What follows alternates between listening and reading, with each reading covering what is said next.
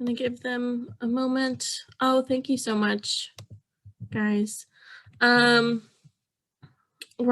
I'm gonna let you admit everyone because I'm gonna go straight into sharing. If this is a shorter meeting because I can't talk very much, then that's how it is. I apologize, but I'm trying my best. Okay, so I'm gonna share my screen and go into what I have talking for all of us today. Don't pay any attention to this. But the rest of it, I think some of our first events that we've done solo and are sharing with other people, inviting them to our own events have been good. I think there's been some roundtables in Alaska and a couple other states, and then the Deepest Well book club meetings are this week. So hopefully those are going off great. And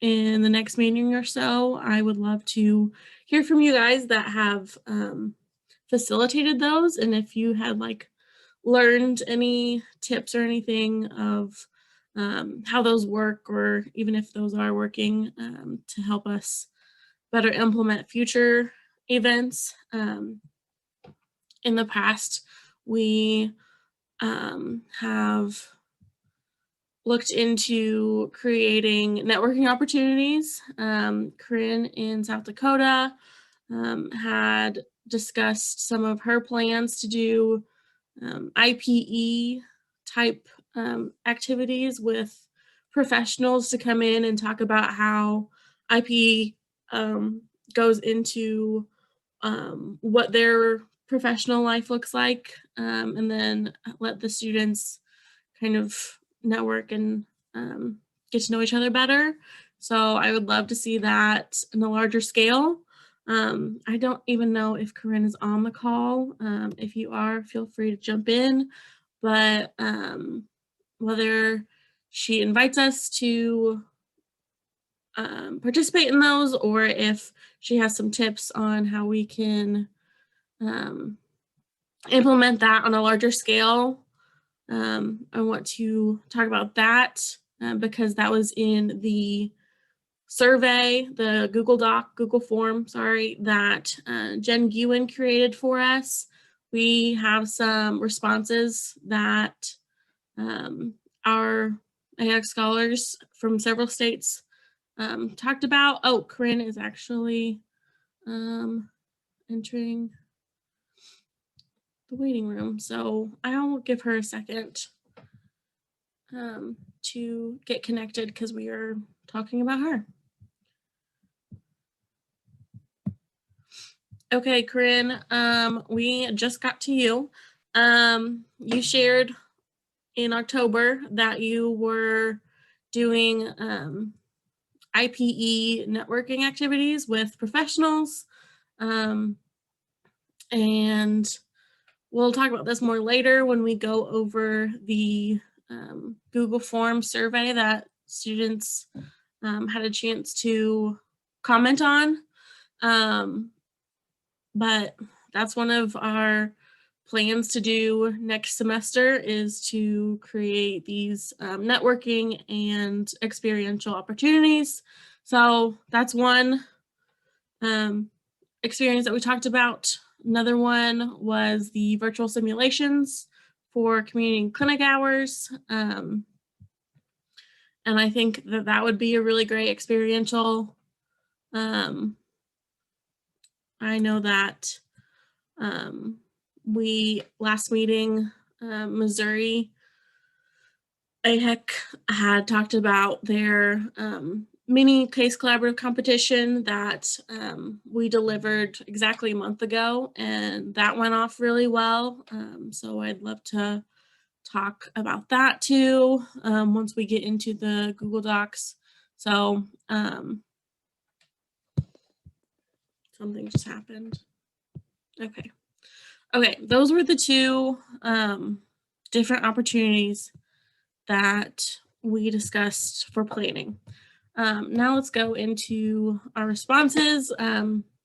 Most of our responses are kind of from the Heartland area, straight in the middle. So I would love to see more diversity. This was the availability and interest survey for our scholars to fill out to see what they were interested in, what kind of events they wanted to see presented through this committee. So if you are still able to share, please share this survey, because I think more input would be really helpful. But so far, these are the respondents that we've had, 31, not too bad. But mostly they have said that they are interested in learning about current emerging issues and social determinants of health. And that they almost over 90% of them said that they wanted to participate in a networking with AHEC scholars, and also showed a lot of interest in virtual healthcare facility tours. So I'd like to focus on those first. I think that the networking opportunities, and even if we wanted to do what Corinne was doing, where we invite professionals to come and speak on their experience with IPE in the workforce, in their career, and then have students network and build off of that. That might be a bit of a easier thing to plan than to coordinate with a virtual healthcare facility, with a healthcare facility virtually to do tours, or create a patient simulation. So yes, I can send the link. Actually, Jen, okay, Jen, will you? I'm looking for that link right now. Thank you so much. I also had an idea.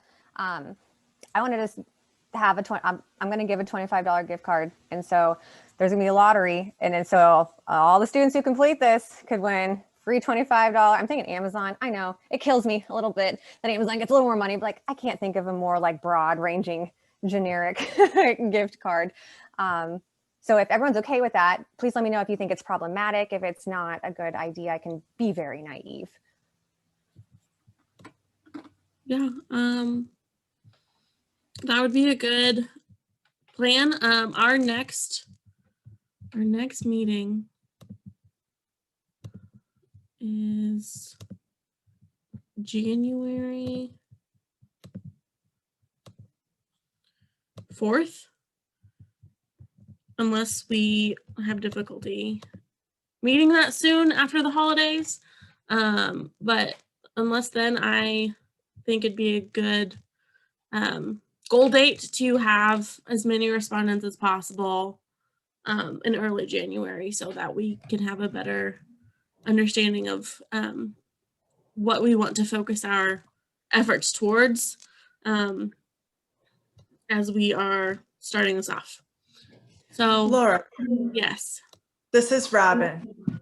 I am curious if you want, we can talk about it in the committee, in the education committee, and talk about how to get more responses, because I think you need more responses.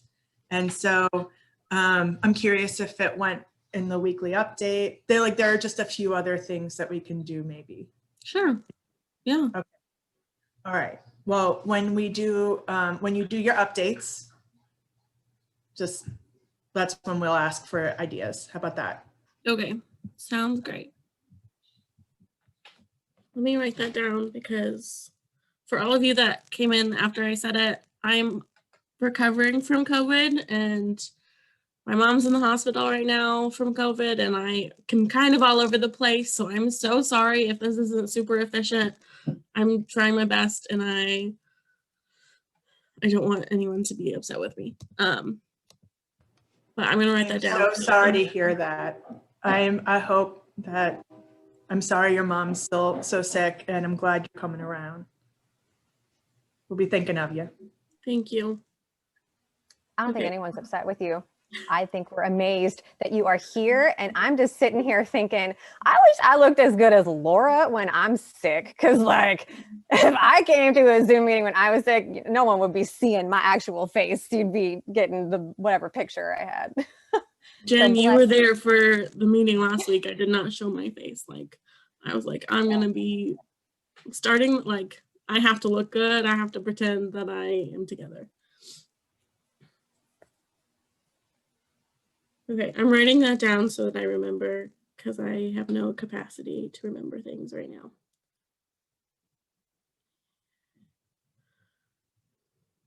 Okay, so sorry about that.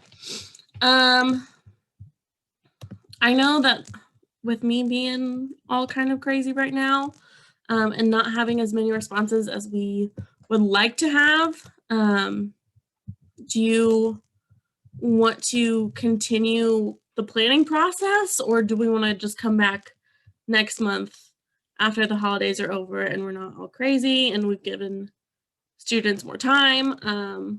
That's completely up to you guys. If you want to take another month and take a beat. Laura, I think we should take another month and try to garner more responses. I know I'm going to make a push here in Maryland, our team, to get more, because we have 76 scholars. Yeah. I would love to see at least half of them respond. Yeah, that would be nice. Jen, I am going to share that information, and we can talk about it. The next NAO Education Committee isn't until the end of January. So I'm wondering if that is. Yeah, I was trying to remember after I said that if we had a December meeting or not, but it would be the week of Christmas, so that's why we canceled it.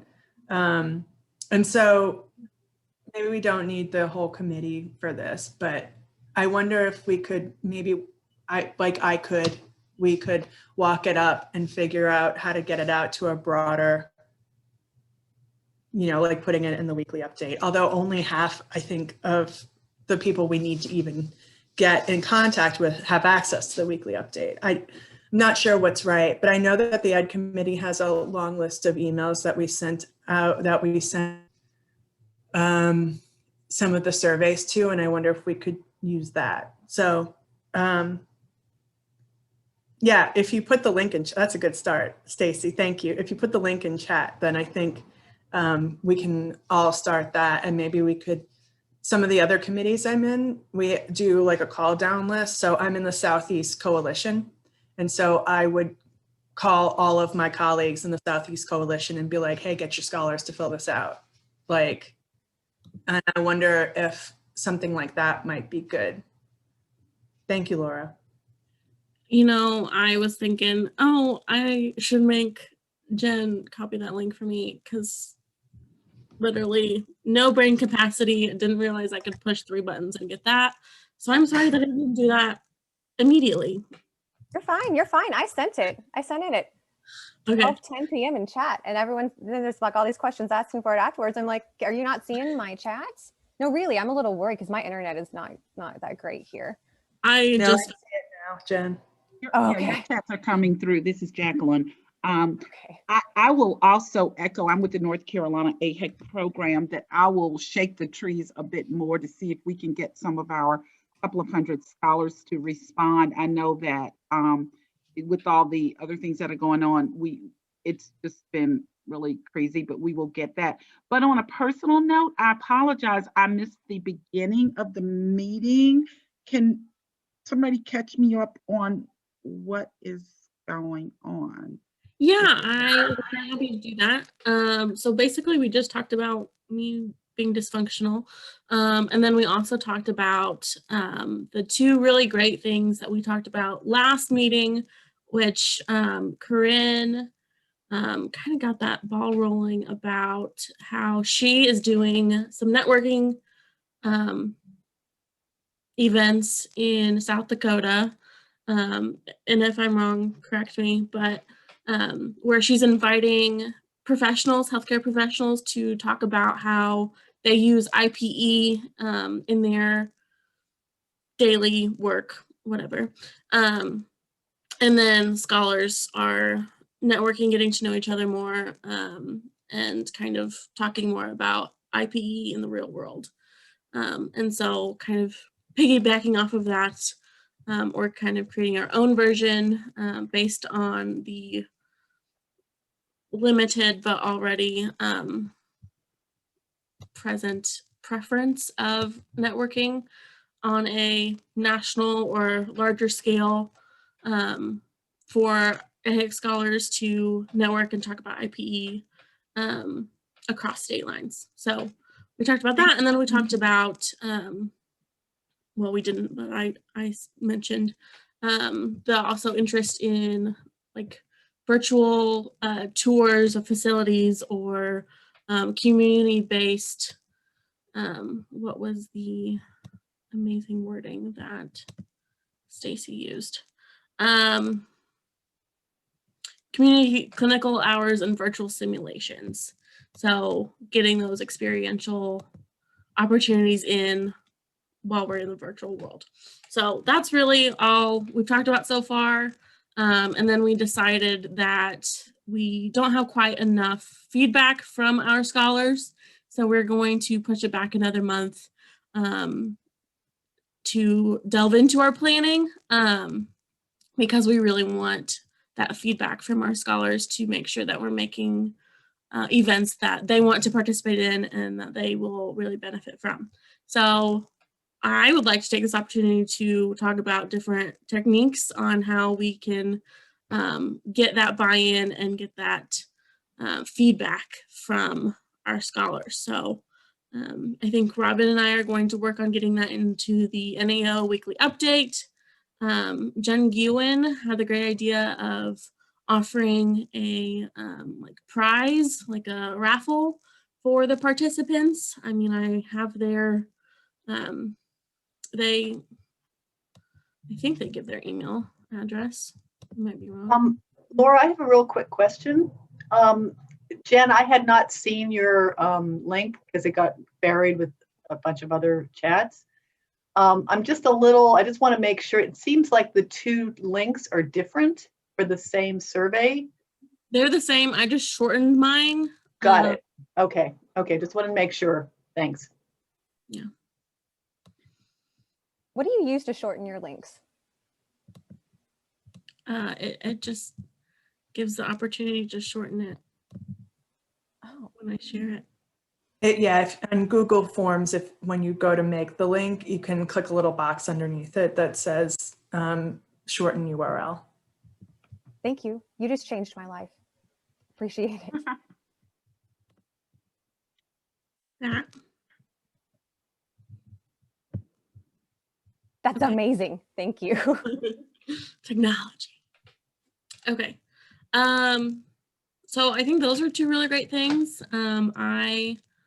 When I kind of send the notes for this meeting, I will also include that we're really wanting to push that survey feedback. So do we have thoughts on, I mean, my thought is to get it done as soon as possible, but I'm not a dictator here. I don't have the energy to do that right now. So I would love feedback from you if we want to set a goal date of when we have that feedback, or have better ideas on how to get that buy-in so that these different opportunities are going to be successful. I think we should set a goal date. Okay. What about the end of the year? You know, so when we return in January, you said we have a January 4th meeting. Mm-hmm. We could have, yeah, we could have it all in place. Okay.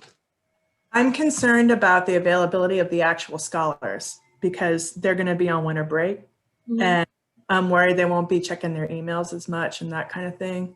I was planning to give them half an hour of service for filling it out. But I think, I mean, my instinct, I'm wondering if there's any particular reason other than us just being anxious to get to the side of it for finishing it on like early January, or if would it be so bad to launch in February, like February 1st? Great point. My only concern about giving them too much time is that they will take that time and still not complete it sometimes, because when they get back into their, like, I know one of our scholars, he's like, oh, I'm off this month. We're trying to develop some promotional videos. Great time for me. Some of them are winding down. And I think if we can get them quickly before they do take off for the holidays, it's better. I just don't think we'll have an even better response if we give them 2 or 3 months. Give them a date, incentivize if possible, and just say that's it. That we actually have a lot of scholars do a lot of their didactic over winter break, so I don't think they're totally disengaged with scholars. If anything, I think they're more engaged over the break. Mhm. We can Do aim, too. and this is Jacqueline with North Carolina. We can aim for that, but I can possibly share that our scholars some have virtually completed that, and they've already disconnected from some of the work that we have going on. I will try to meet the deadline that we all agreed to establish. I would also suggest that we consider a second time or schedule for those who are not able to comply, because I know that with the end of the semester, our staff are probably not going to be able to even follow up in the way that would be needed. We're just completing our electronic handbook report to HRSA, and we've just inundated them with requests, and to add this at this time would probably not yield the yield that we are trying to get to. So I'll say we'll try. I would be more comfortable with the mid-January date, but I certainly will work desperately to try to get it without scholars, because when they're gone, they're essentially gone, because they've worked hard to balance both the demands of the scholars program and their academic training programs. And to now add just another survey for them, they're surveyed and zoomed out, so at least hours. And they're from all over. They're not in one institution. Okay. I can Well, give 2 gift cards, 2 $25 gift cards, one for the students who get in before the 31st and another for the students who get in before January 30th. I like that. We've done a lot of things to try to get our scholars to complete surveys, including adding that as a point system for their stipends. And we just, because it's really hard to get them to do that. That's why I'm saying what I'm saying. I would also add that there is, for those of us who think it'd be easier to get our scholars to fill it out earlier rather than later, the scholars don't necessarily have to know what our deadline is. So we can always say regionally or by AHEC, we're asking you to get it done by the end of the month. That's right. yeah. Yeah, I like that. I mean, the link isn't gonna go dead after the 31st or anything, so they're welcome to respond whenever. So I think that for our January 4th planning, we need to go off of what we have, and hopefully we shoot the moon and get 1,000 responses. But if not, then we'll continue planning even better in February, I think. We just have to go off of what we go off of. I will also be asking my state's program manager to put it within our Canvas and like do a little blurb in there, because we just have that kind of system. So if you have those kinds of things, that would be great. Okay, any other thoughts on that topic? I feel like we've come to sort of a consensus that we're gonna, for those of us that can and feel comfortable with it, we're gonna try to get as many responses before the end of the year. And if you can't do that, get them in before the end of January so that we are good to go and have a even better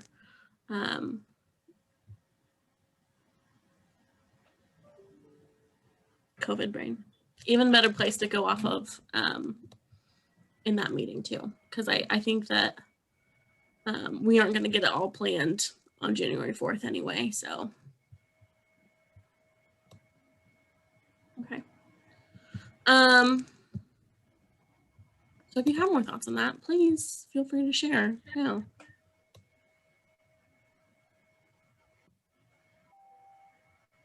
If not, I do want to discuss what's happening in the NAO Education Committee because we are a subcommittee of that bigger committee.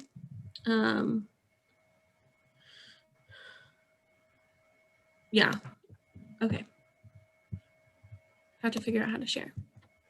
Literally, I'm so sorry, guys. Okay, so the National Education Committee has spotlight webinars, and we are looking for any of centers or state programs that do scholars and want to kind of have a brainstorm ECHO model. There will be someone who's trained in the ECHO model of kind of like targeting a disease or issue or whatever, and then kind of having experts to kind of tackle that issue. I kind of look at it as a brainstorming opportunity because I know that my center and my state has its own issues to tackle with it being a growing program, and I definitely don't feel alone in saying that Scholars is a learning curve, and this program has a lot of growing pains. So if you would love to volunteer to be an expert panelist or a volunteer patient or whatever the correct wording for that is, I'm sorry that I'm not explaining this better. I attribute that to the lack of oxygen happening due to COVID. That might not be real, but that's what I'm going to say it is. Anyway, so we are looking for people to volunteer to participate in that, either as someone that volunteers their isolated issue of recruitment or retention or virtual workshop planning, any of those singular issues that they want to bring to that network of panelists or be in that panel or just participate in general on those ECHO experiences where we kind of tackle a topic and talk about how our own states are going through that, the successes or failures we've had. Oh, Susan. Okay. I'm with you, Susan. That's great to hear. Do you have any questions about that at all? About what that means? I'm sure I'm not explaining it as best as it could be explained.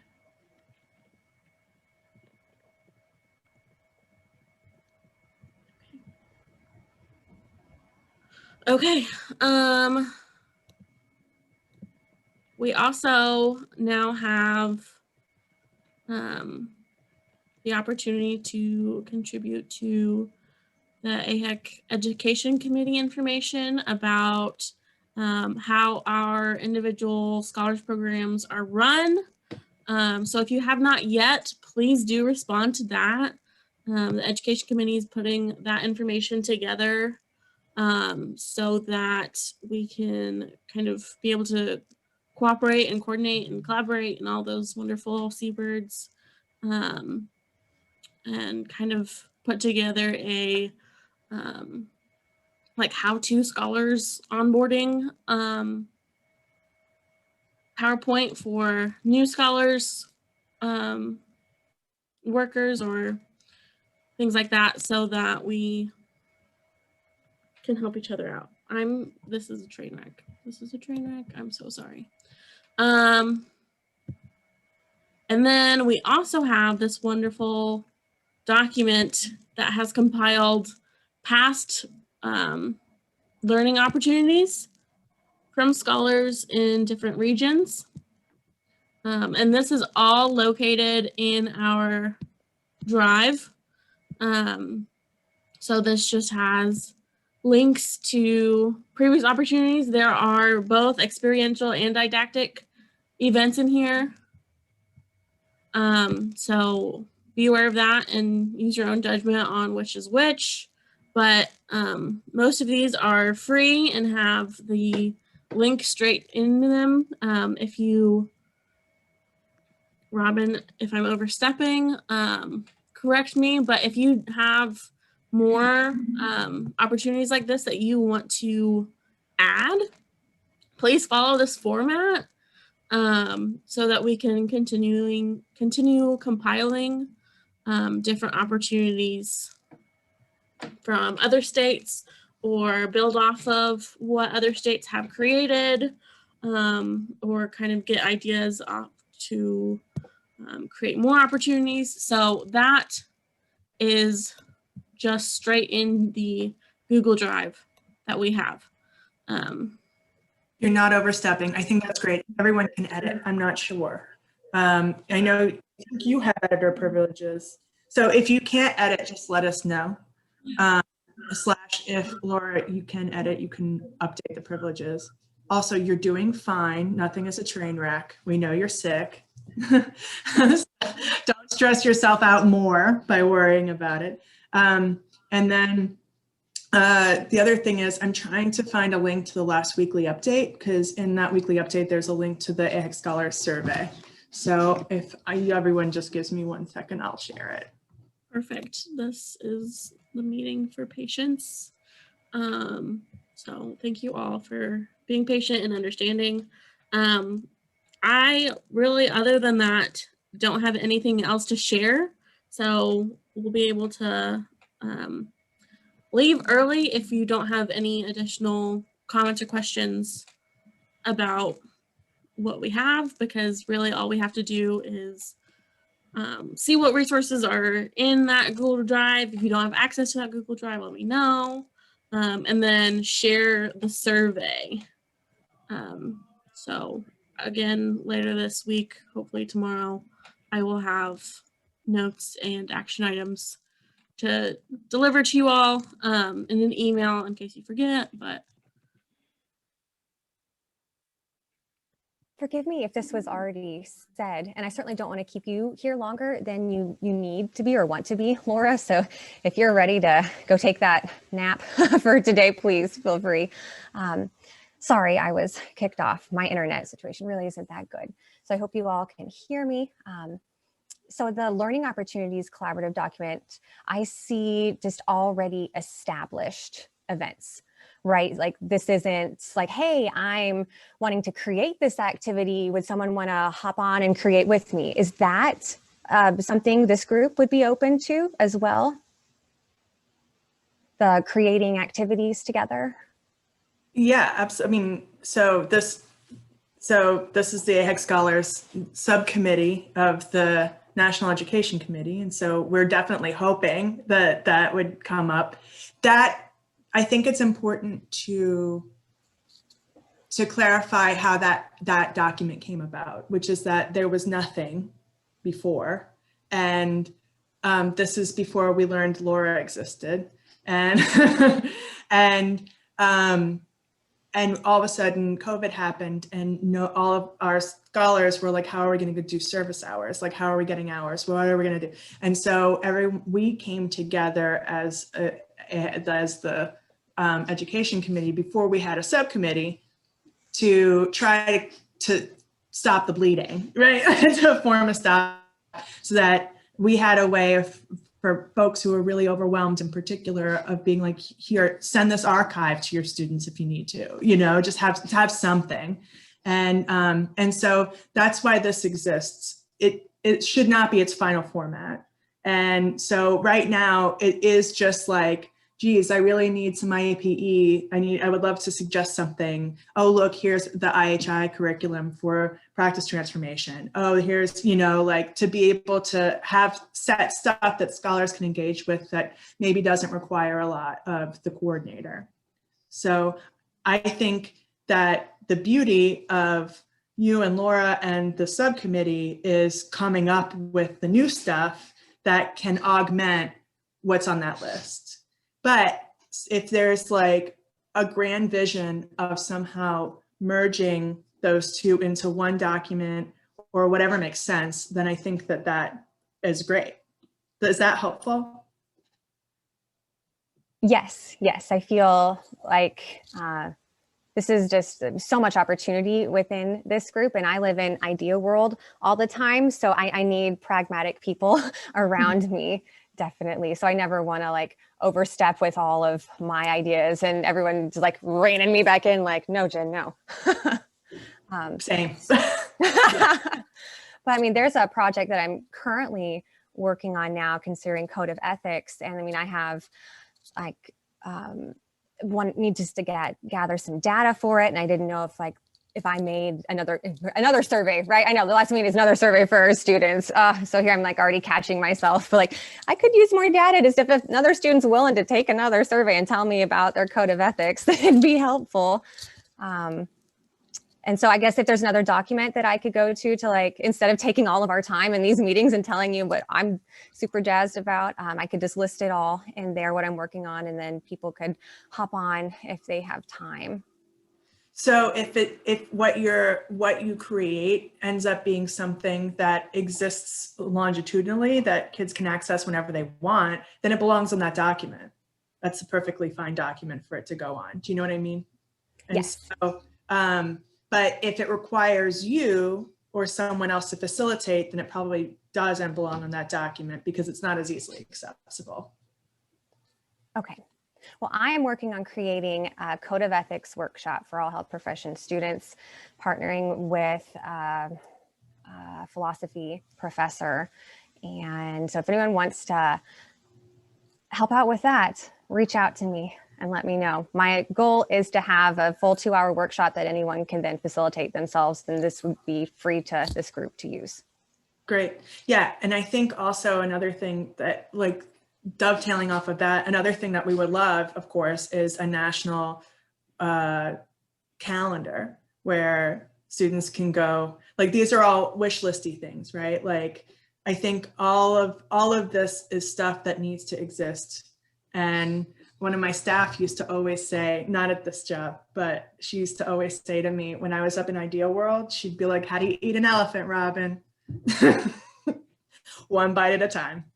So I think we're on the one bite at a time, especially Laura, she's the one bite at a time phase right now. At least until she feels better.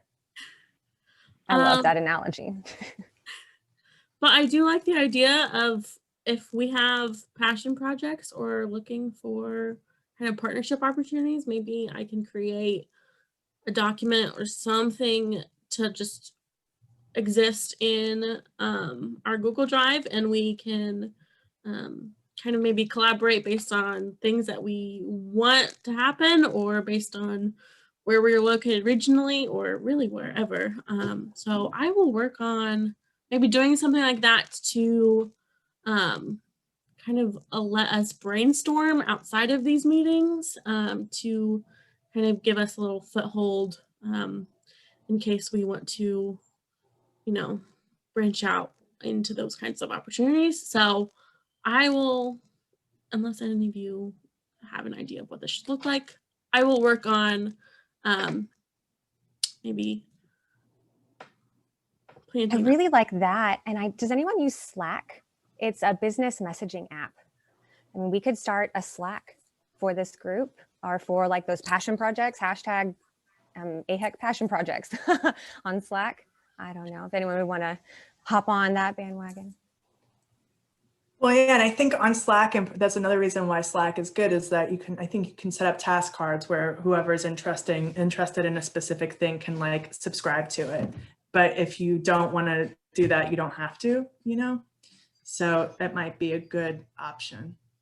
It's kind of tough because everybody's got logins for all of the millions of things that we all are using, productivity things we're using now, and it's getting a little disorienting. But what's another one? My challenge is that it's because I'm not a regular Slack.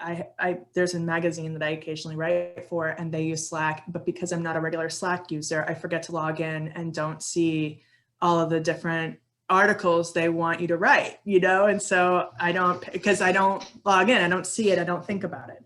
And so it's tough, but then if you do a listserv, then you're getting all these emails all the time that you end up not reading from email fatigue. So, I mean, I guess if people want to do it, they'll just log in and do it. I don't know. I can talk myself in a circle. So, but I think maybe this is something we can kind of let foment and put on the agenda for next time, Laura, if you don't mind, or whomever is the scribe today, for us to talk about once we've thought about it a little bit more, because I think it's really important for us to have a beyond a parking lot. You know, it's more meaningful than that. It's the parking lot plus, right? Because then you're going to go back and unlock your car and drive it around a little bit. So I think it does. We do need to think some more about. I think this is an important piece, definitely. Hopefully when I go back and watch this and take notes on it, when I have more mental capacity, I will understand that analogy. But right now I don't. I don't even remember what I just said. So there's that. I am recording. Okay, I mean, I really want this to be like a choose your own adventure, like participate as much as you can. And hopefully we will create those like archived events that your scholars can plug in where they need it, but also create those really like impactful participatory type things too, live and in person. So I'm some of us have more ability to be involved or coordinate them, and some of us are drowning in AHEC scholars. So I kind of want this to be as beneficial as possible, no matter where you are in that spectrum, which sounds like a lot of you appreciate. So I love that this exists and we are working to grow it. If this isn't serving you in some capacity, like I would love for you to contribute and steer us in a way that is beneficial to your state or your students. This is just kind of an opportunity for us to get what we possibly can out of it. So thank you for your patience and your cooperation. Literally my brain just stopped. So Go take a nap. Go to sleep. I had a question for the group, if I can, along the lines of creative thinking, sort of. Is anybody familiar, or who is familiar with the documentary Black Men in White Coats? And I guess India was looking at getting some discounted viewings. And so we were looking at, like our goal for Oregon is to go ahead and purchase that viewing whenever, like whether there's a discount or not, and to provide some facilitated discussions. But it looked like on the webpage that maybe there's a guide and whatnot. Is that something others are looking at maybe doing for their scholars and hosting something in collaboration maybe? Me. Yeah, we're talking about doing it. This is WWAMI AHEC, Washington and Idaho. Oh, awesome. So that would kind of work really nicely if, you know, Oregon, if we sort of partnered up. Yes. I'll connect with you afterwards, because I think the time zone can get really messed up sometimes with trying to get students to participate cross state, but I'll connect with you offline. All right, cool. Thanks, Linda. We're doing it in South Carolina, and we're using it. We're joining our scholars with sort of our pipeline programs, high school, college students. And we already purchased it when it was at the $199 price. I think it's gone up a little bit, but not too much, I don't think. But the discussion questions are great that come with it. There's a great guide and discussion, so we're excited about it. Yeah, Dawn. we're also doing the same thing in Maryland, scholars and our pipeline program participants. And we've already purchased it. So I'm a scrub, and I am using Dawn's South Carolina account. We have so few scholars in South Louisiana that it's works out really great, and they're generous for sharing with us. But I just want to share a detail, which is that if there is a nationally negotiated price, then also there would be, and this won't work for everybody because, as mentioned, the time zones do get crazy. But I do know that Dwayne is talking with the filmmaker to try to get a panel discussion after the viewing with the filmmaker if people want to participate, if AHECs want to participate in that. So I think I'm dreaming of Don and a few others of us maybe doing like a Southeastern, there's just so much value to being with your coalition, your regional coalition. And so, you know, we've talked about, I would love to, you know, think about maybe doing something with all the scholars in the Southeast, you know, like, but encourage you to be creative. Also, there's going to hopefully be a panel discussion that's nationally coordinated. This is Carrie Ann from Alaska AHEC. So I know we're like way different than most other states' time zones, but it would be great if everyone who purchased it is gonna view it, like posted the date and the time somewhere, so that like if our scholars aren't able to attend at our time, maybe they want to attend at 6 a.m. before their clinicals start or something like that. So I think it'd be really great if we could all share when we're viewing it. I purchased it, but I know there's like some stipulations, like I think it has to be viewed within 3 days of whatever date you picked or something like that. So I'm not sure on the details, but I think that would be a really great way to especially engage AHECs with other states, AHECs with other states.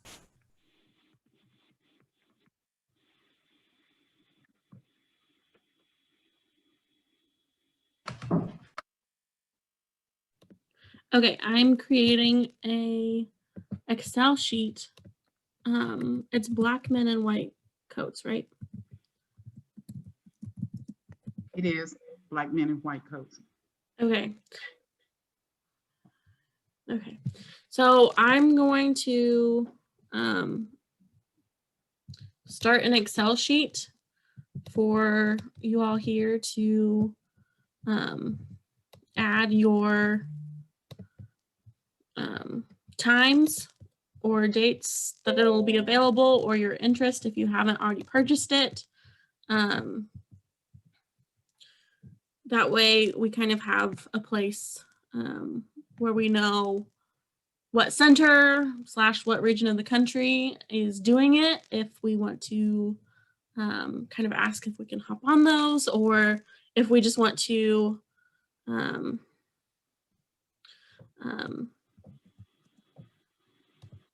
just kind of have a running list to give to Dwayne of, hey, Dwayne, 17 different AHECs purchased this. I think that puts some goodwill and good faith in with the author, and ask them if we could kind of have an opportunity to do that panel that Robin was talking about. So I'll create that right now. And if you have purchased it already or have plans of purchasing it, please plug in your AHEC, when you're wanting to do it, what your interest level is, and things like that. So that we kind of have that in a central location, because it sounds like this really has some legs. So it's really good to see NAO's interest in this. Some of you may recall that in 2000 and possibly 16 in Washington, D.C., we had Dr. Damon Twitty, who was the original author of Black Men in White Coats, as one of our keynote presenters. And so it is very timely that we're now having this follow-up conversation around this documentary series that's been developed with many of our friends around the country that are now actively engaging. Dr. Cedric Bright is one of those featured speakers, as well as some others. So we may want to go to the company and ask them how many AHECs have indicated an interest in this work, so that we're not trying to just collect this data, you know, on the other end. We possibly could just ask them if AHEC is tagged in any of their purchases, and maybe, Laura, that would be helpful rather than having to kind of canvass the country and find out. That's just a consideration. Sure. But yeah, we have a really good relationship with Dr. Tweedy at all. So I think that I'm going to slaughter his name. It's got over 3 syllables, and that's where I fall apart. I'm going to call him Dr. O. And Dr. O is the filmmaker for this film. And apparently he and Dr. Tweedy are tight. And so, yeah, okay, Miss Jacqueline knows. And so Miss Jacqueline knows everybody. And so just to be clear, I think it's Okoro. I think Dr. O will be the main panelist, and yeah, and that's all. Just to be clear. So is there a scheduled time already for a specific facilitated date, or are there going to be several times? I don't know yet. Okay. There's something on their website that indicates February 21st, wasn't it? Let me go back and make sure. Did you all see that? February 8th, did you all see that? It's available. If you Google blackmeninwhitecoats.org, there is something that says it's going to be available on February 8th, if that's hopeful. Oh, okay. I have a question. Jacqueline, I don't know, you might be able to answer this. So I remember when Dr. Tweedy spoke at the NEO conference, but I didn't realize that the movie was based on his book, because his book is Black Man in White Coat, and the movie is Black Men in White Coat. So is he also featured in the movie? I don't know that he's featured, but I think he was a catalyst by which this movie was developed. Many of the partners that are recorded in this movie, as I noted earlier, Dr. Bright, Cedric Bright, and others are very connected to Dr. Tweedy. And if you look at the support that was provided to develop this series, it included Duke University and UNC Chapel Hill, as well as others. So definitely the catalyst behind that. I thought so. Yeah, I'm sure. But they're separate. Like, he published a book, and because the titles are different. And I thought that was interesting, because I didn't want to assume it was his biography, because it's not. You and me, Allison. Yeah. No, it's not his biography. Yeah, no, I agree with you. It was the catalyst. Yeah, because I'm looking, and like, my brother's best friend is a supporter, and I thought, oh, okay, good. He can be on a panel if I ever needed someone. You know, I was looking at the list of supporters. Right. This is a series of physicians, male African-American physicians, who are exemplary, sharing their experiences and sharing their experiences, which I think in many instances they were inspired to tell and share their experiences from Dr. Tweedy's book, which is probably why the titles are so similar. I think it was the catalyst for the movie, but not the movie based on the book, right? No, I wanted to establish the connection with Dr. Tweedy from our conference, back in 2016. I think now COVID is just making everything a blur. I think it was 2016, maybe. We did a book club with our scholars this past summer.